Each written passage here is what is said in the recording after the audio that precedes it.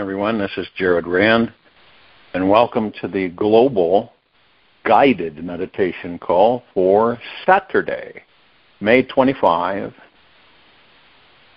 2024, after 3:15 p.m. Eastern. We carry a lot of illusions on this planet. And because we're the way we are, as far as comprehension and figuring out things and figuring out basically on our spiritual journey of who and what we really are in these bodies, along the way we become inundated with illusion. Now to us, when we look around and experience certain things, it's real to us. We experience it and touch it and you can feel it, and so therefore we calculate it and say, well, this is real. This is not an illusion. But in eventuality, it ends up being an illusion. It really is an illusion. Good one, but an illusion. And so feeling separate and disconnected from our universe means that this could be confusing to some people. We're all enlightened beings. Okay? The God inside these bodies that we are, the pure consciousness, is enlightened. It's divine perfection. It's the only thing that never changes. But we go in these bodies and we inherit things. And we have not a literal disconnect, but a figurative disconnect. And so this is called the unenlightened state. Now, a lot of people have asked me, well, how do you become enlightened if we're already enlightened? Good question, isn't it? Well, we're already enlightened, but we don't know we're enlightened. So we discover our enlightenment. We become enlightened when we are continuously aware how deeply and intimately connected we already are. To some, that might seem confusing. But to put it on a much simpler comprehension is that we rediscover that we're enlightened beings. Period. That's what we do. When we go within, and for ourselves, we make that commitment to go within and discover the God that we are. And then we understand that we have rediscovered that we are enlightened beings. The illusion of separation is not an accident, it's not an accident. This universe is extremely intelligent, as we know, and every feeling of separation is needed so that coming spiritually home is that much more amazing. In other words, we will appreciate it much more. Greatly so. You see, it's always this comparison of things. We have, if we didn't suffer or have any pain in this life, we would really be in a whole different existence. Probably swimming around in goop. Because you can't make a comparison. And this is how we progress, because we experience different things in these lives. And some are kind of the experiences we go, I don't care to have this again. And others will go, boy, I would like this all the time. So we make these comparisons in the difference between being really happy and fun, joyous, and being really down and depressed and negative. And then we learn that we can change that ourselves. And no one really, there might be someone comes along and you have a brief moment of heightened positivity, but then it just kind of fades away. So it's great that we can do comparisons.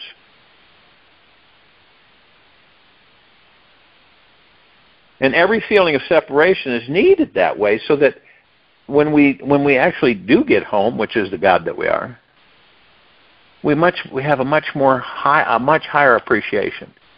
The polarization of separation, unification, breeds a truly, phenomenally alive and incredible experience of this life. Because you know what? We're all sooner or later going to rediscover that we are enlightened beings. And see, when we become enlightened again, we will see the full illusion and know how to stop manifesting another experience of loss, failure, or separation again. See, we don't know. We don't know. When you begin to go within and you meditate like we meditate every day, and in the quiet time, you just be and you listen to the breath rise and fall.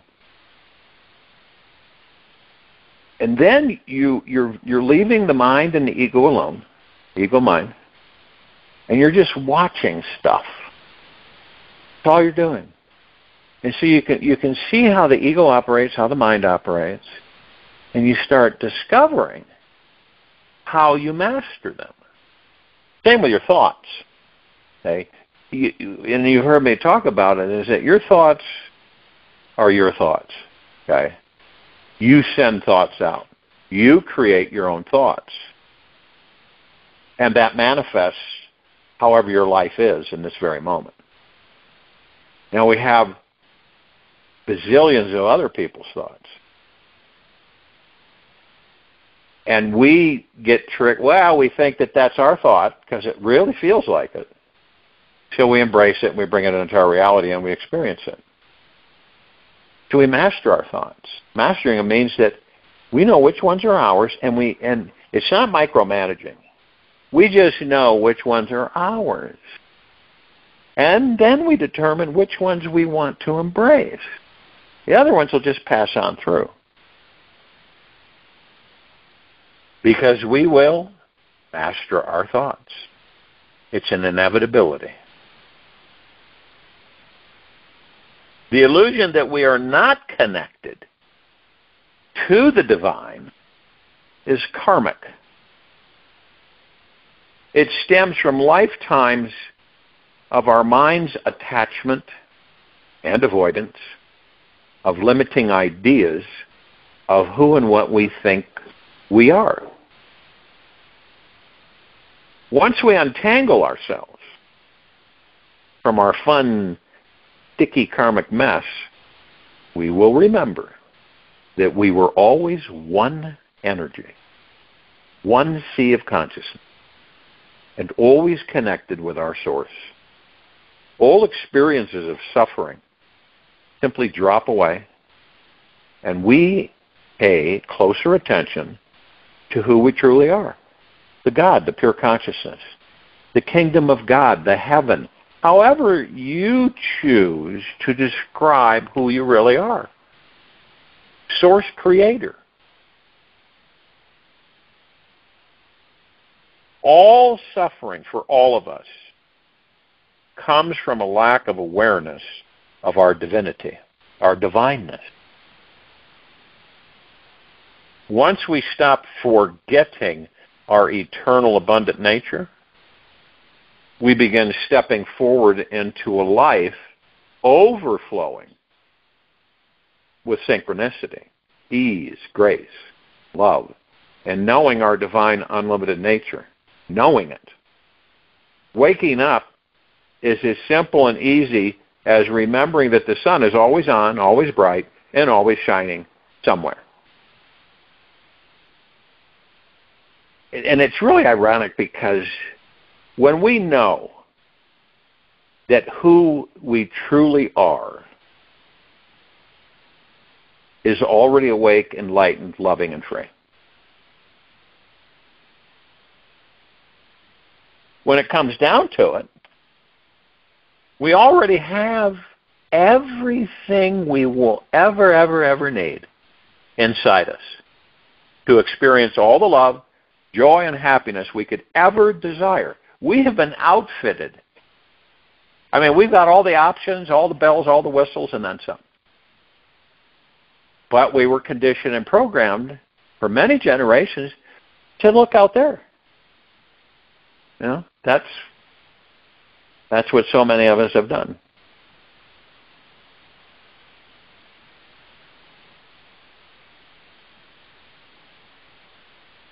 You say to yourself, I am deeply grateful for everything I have as divine perfection, as the God that I am.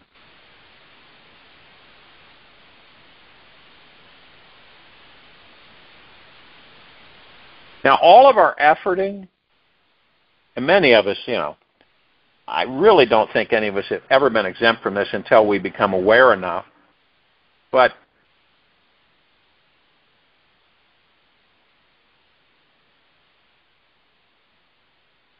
all efforting to get anywhere better than here is simply divine misguidance. We're already here. We don't have to get there, here. We're already there, here. This universe is already amazing, stupendously amazing, magna-gloriously amazing. We, all of us, are already amazing. And this moment is totally amazing, this very moment that we're in. By sitting in awe of this amazingness that is already here now, we wake up to the spiritual immensity of our being. We suddenly stop playing small. And all of our suffering, and continuously step into the vastness of our totality.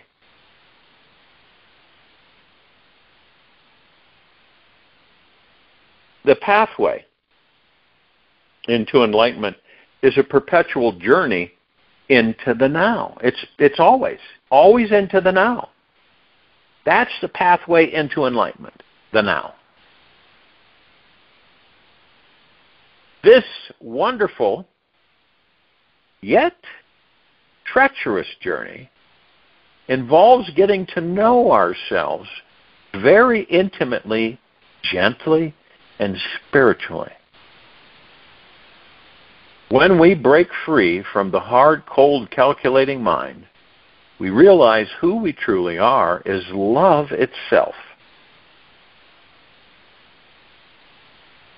We then find out our life's spiritual mission and sole purpose is to radiate this love everywhere we are.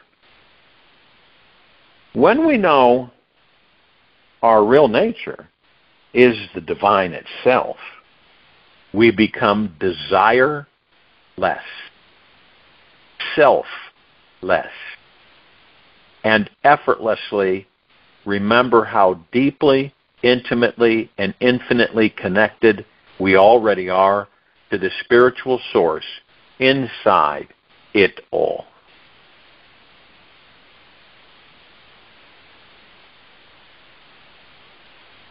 I've had conversations through the years with some people who really thought they were misplaced or overlooked or a lot of things. And I would say nothing, absolutely nothing is lacking in you. You cannot be improved upon. And then people who try to improve you are destroying you. And they are the real mischief makers. There are so many improvements in this world. Improvers, right? So many improvers in this world. That's why the world is such in chaos.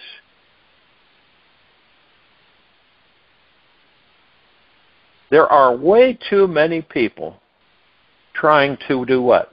Improve you. Do not allow anybody to improve you. You are already the last word. You're not only the Alpha, you are also the Omega. You are whole, complete, and absolutely perfect.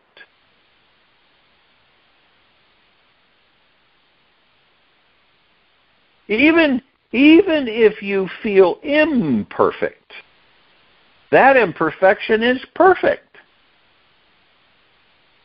Do not worry about it. It will look strange to others if you say that your perfection, your imperfection, is also perfect, and nothing is lacking in you. Yet, the fact is that you appear imperfect, not because you are imperfect, but because you are a growing perfection.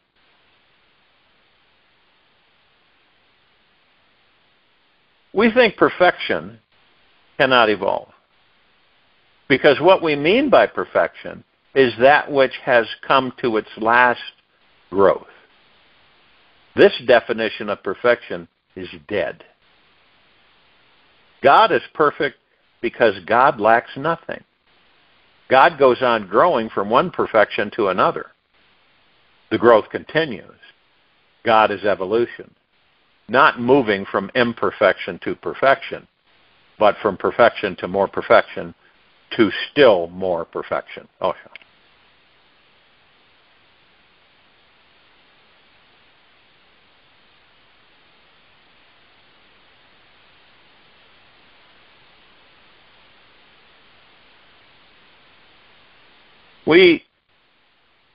You begin to unravel it for yourself. You start to realize that I have been a divine being my entire existence. Excuse me, I'm divine perfection.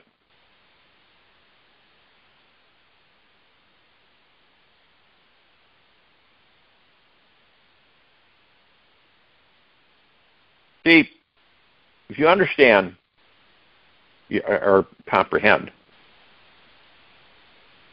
a lot of effort has been put on this planet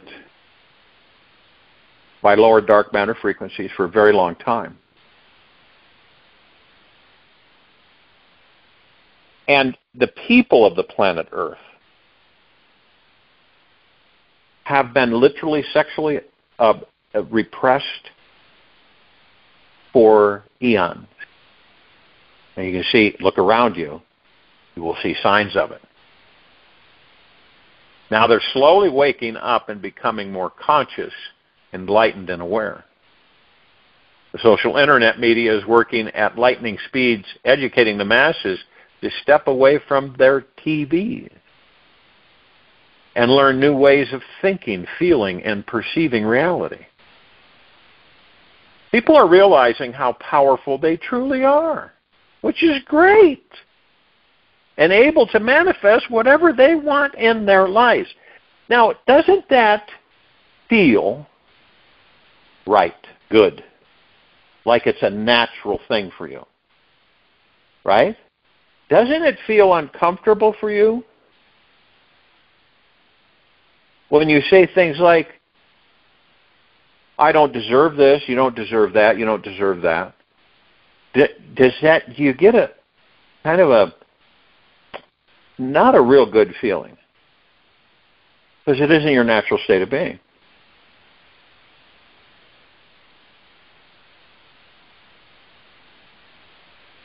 In the near future, we will see more and more people realizing the healing power from liberating their sensuality, breaking free from their old school social limitations, and discovering their Kundalini spiritual power to manifest anything they can dream of in their lives.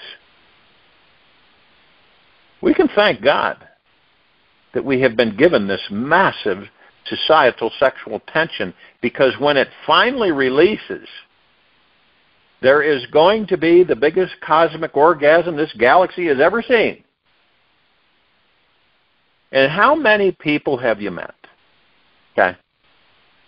I've met quite a few. I'm sure we all have. When they may not think, even though they may not think this about themselves, but they are all lovable. We all are. I don't care if you're a cantankerous, jerk. You are lovable.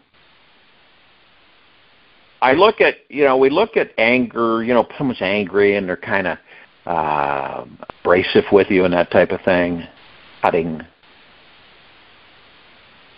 That really is love under pressure.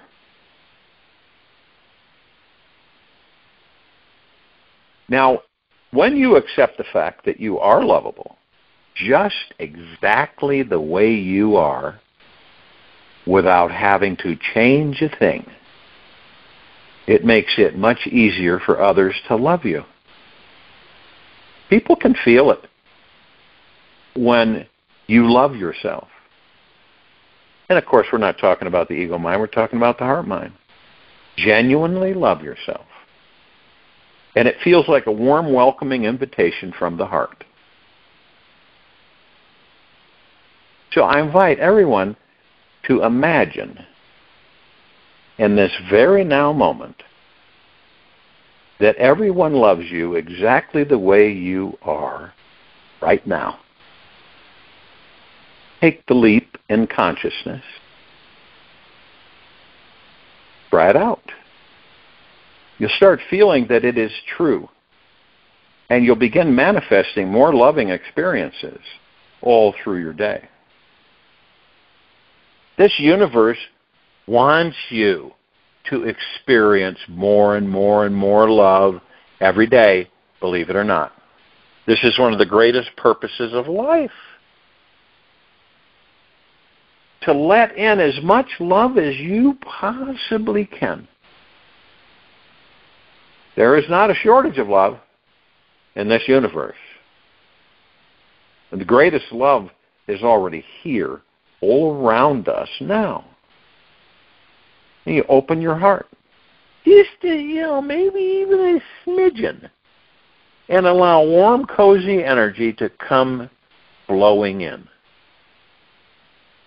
You can find it easy to allow yourself to receive love because you are a good person, being. You have a good heart. You have good intentions. Believe these things because deep, deep, deep down, you know they are very true.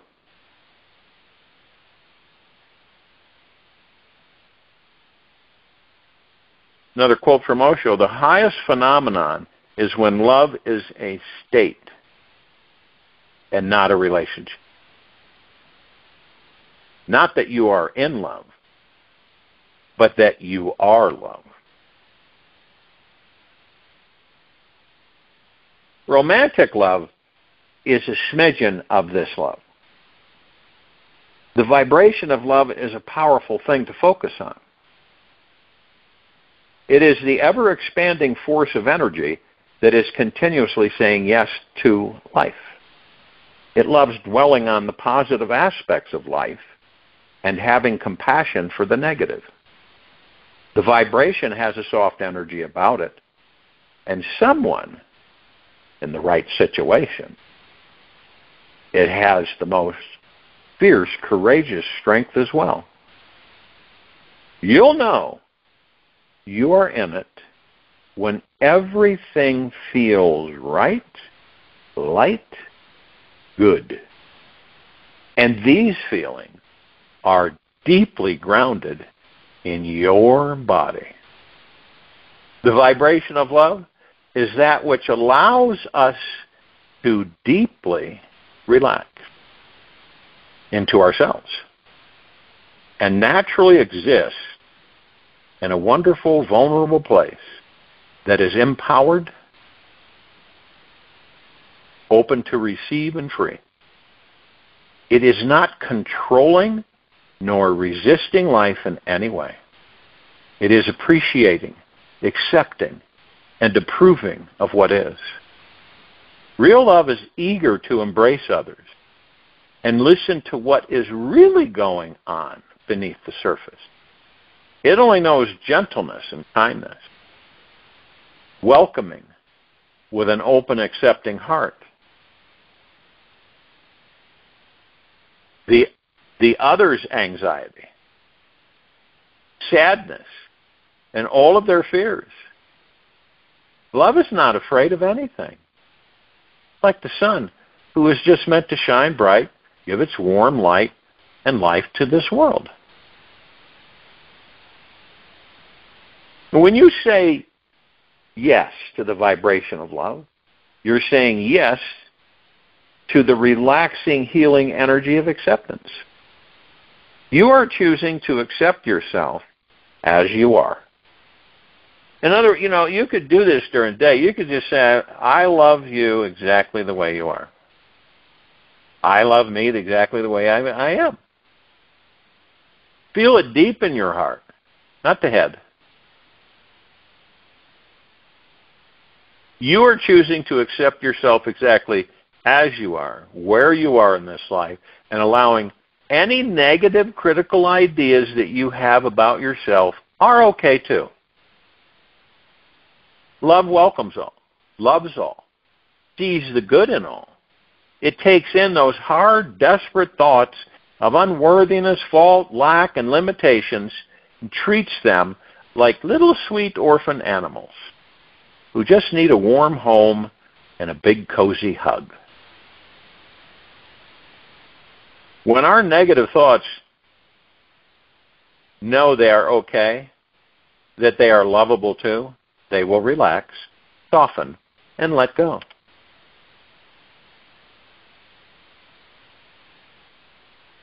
There is something so deeply beautiful when we say yes with our hearts to the vibration of love. Something magical happens inside the center of our being. It's as if the soul of our life catches on fire and starts blazing its way through life with unstoppable pizzazz and joy.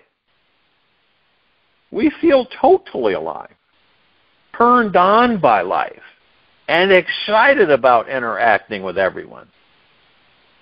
We just want to share this incredible experience with everybody because it's just too huge to contain.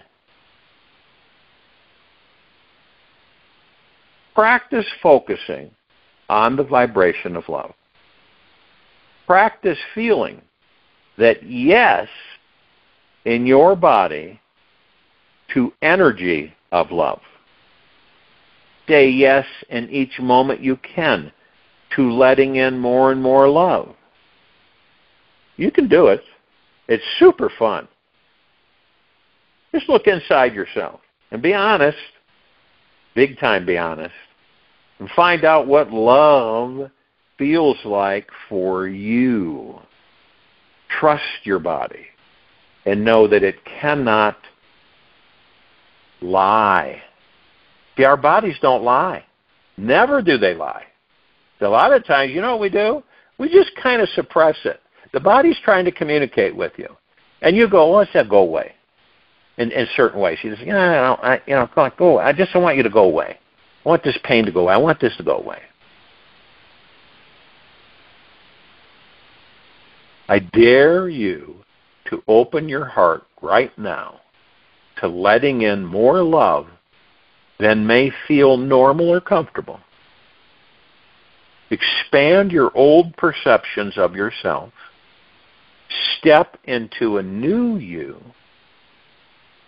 Welcome in this new being who is ready in every moment to welcome in life, letting in more and more and more joy. Give life the biggest yes that you've got inside. We are all worth it. You are worth it. And when you can get centered in real devotion to this vibration, you'll discover the most amazing, ridiculously beautiful, awesome life you could ever dream of. It's all there.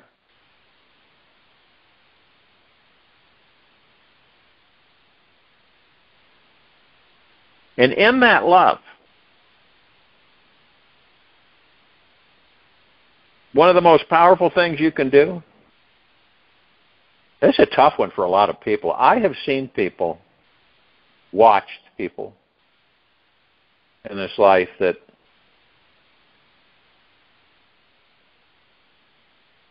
they carry something with them their whole lives and then they leave the body. And that's mastering the art of forgiveness. Isn't it silly? How many people carry, they carry it from maybe even childhood, all through their lives, and it sours them, and it twists them, and it bends them. And you can tell. Not necessarily do you know what the root motivation for that to happen for them is, but you can always feel it. You say to yourself, man, something must have happened to them that really got them into this feeling and attitude about themselves.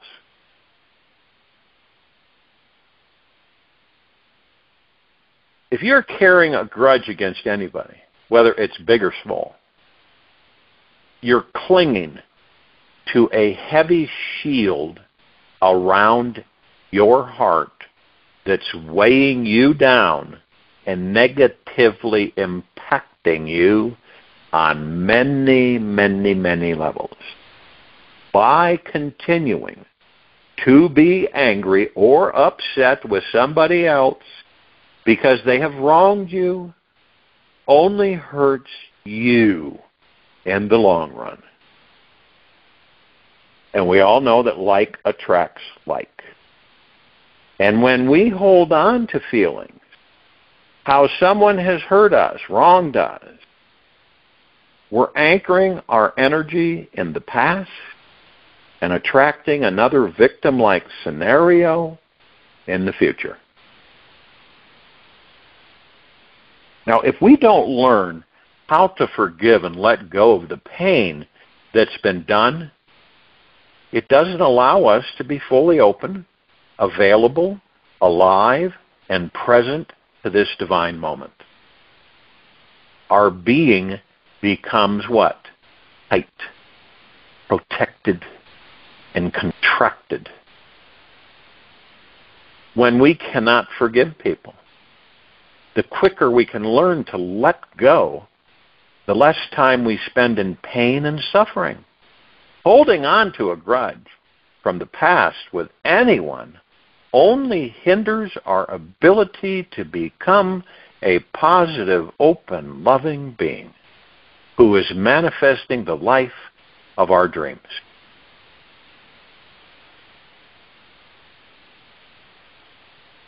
Even the word forgiveness is derived from the word to give. Forgiveness is a gift of freedom and healing. When we give it to another person, another being, we actually are giving this to ourselves. The act of forgiving another may not free the other being if they do not accept it, yet it will definitely liberate your energy. Even if the other person, being, holds on to the past grudge all the way to their grave. How many times have you seen that? Experienced that in this life? Where they take it all the way to their grave. You can still forgive them for not knowing how. Not everybody knows how. Your job is simply to let the past go and trust that everything is always in perfect divine order. The universe never makes mistakes, ever. Every act of harm unleashed is pure stimulation for our soul's awakening. Every act of harm is pure stimulation for our soul's awakening. The pain makes us to wake up, recalibrate our lives, and adjust our sails towards a bigger freedom. The judgments we tend to inflict upon ourselves force us to love ourselves even deeper. The wound inside us creates a womb where new life can be formed.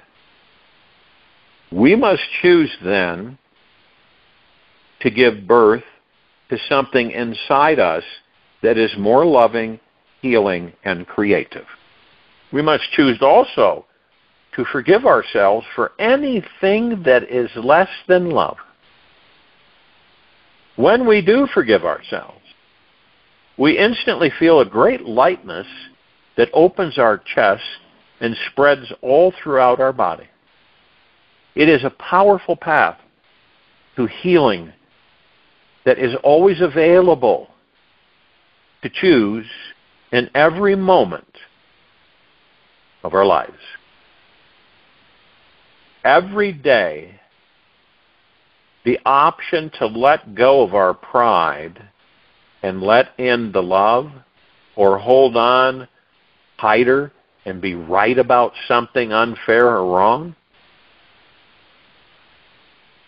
When you want to become a more sensitive, humble, deeply loving human being, you must choose to learn the response of forgiveness and compassion. Softening our ego is perhaps the most empowering and enlightening action we can do, as it puts us directly in contact with our soul.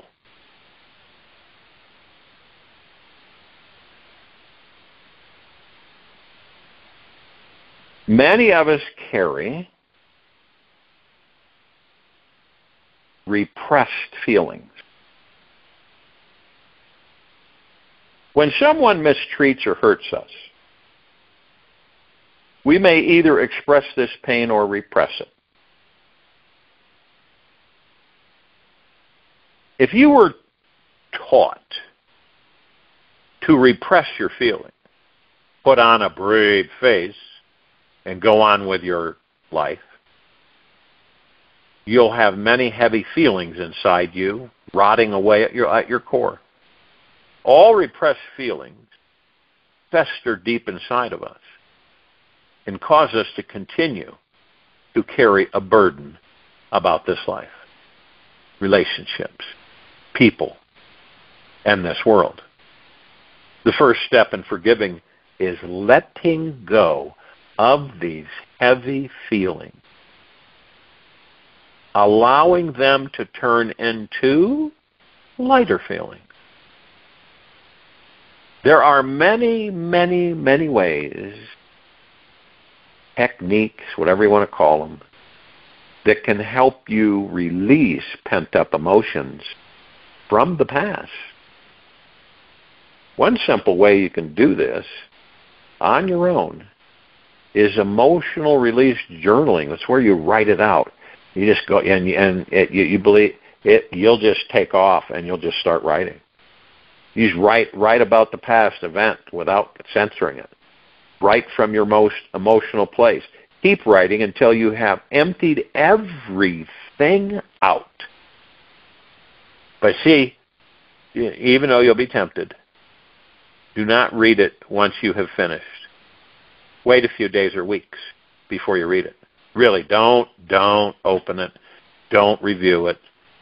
Put it in a box or someplace.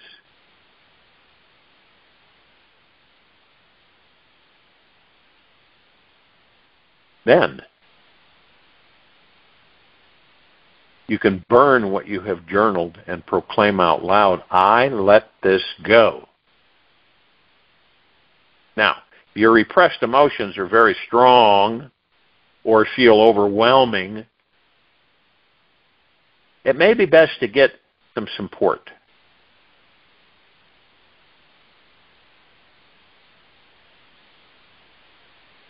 Now, there's a lot of people that will sit there and go, there's no way I'm going to forgive them. You're crazy. Not what they've done. You're not doing it for them.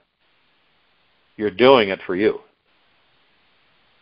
Continuously choose forgiveness. In every moment, you have the opportunity to choose forgiveness, don't you? Once you release that holding on to the past only harms you. You can consciously choose to let it go instead of returning to what? Resentment. Isn't it it's a nasty feeling, isn't it? It's not fun at all. Choosing forgiveness is a constant process. What this means that you will always choose to feel feelings of lightness, no matter what.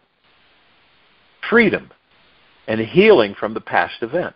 Once you have decided to forgive someone, visualize the person in front of you and say it out loud to them, I forgive you completely for whatever happened.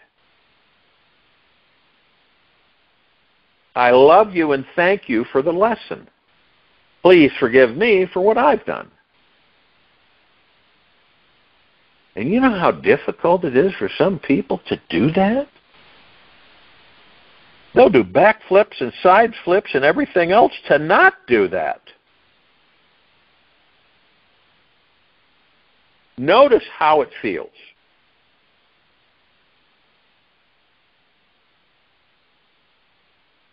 By stating this message out loud, you create an instant energetic shift in your body.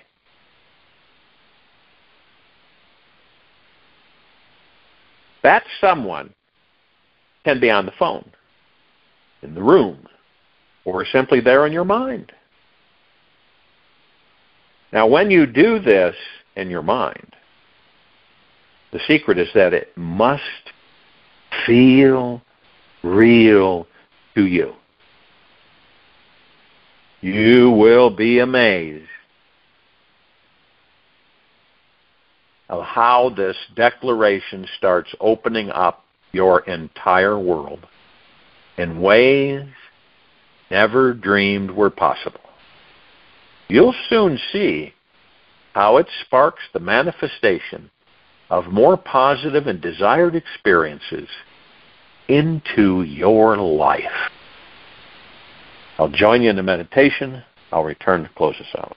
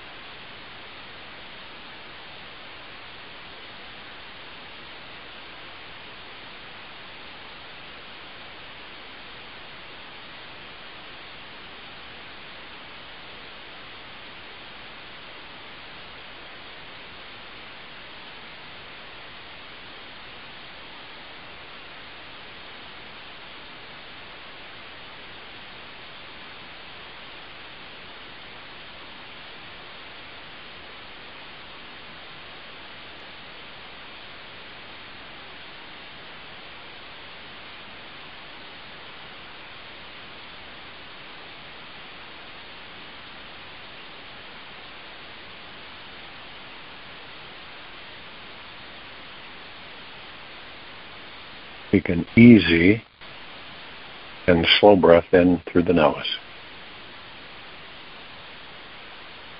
Easy, slow breath out. Remain still. Set your heart free. Forgiveness. Use the magic of forgiveness to unite the knots. Heart. Those knots loosen and somehow disappear every time you forgive someone who has wronged you. The vibration of forgiveness naturally heals all past wounds. Feel how your heart sings joy now that it has been liberated from the past. Only by forgiving can you truly be free. Take this with you for the rest of the day, into the evening and night, into the following morning. And we will return here Sunday, May 26, 2024, after 3:15 p.m. Eastern to continue our Global Guided Meditation call. Be gentle, kind, generous, and humble with yourself at all times. Be in the highest of the highest high, deepest of the deepest deepest, and purest of the purest purest. Eternal gratitude at all times. Open your heart. Let the magic flow in.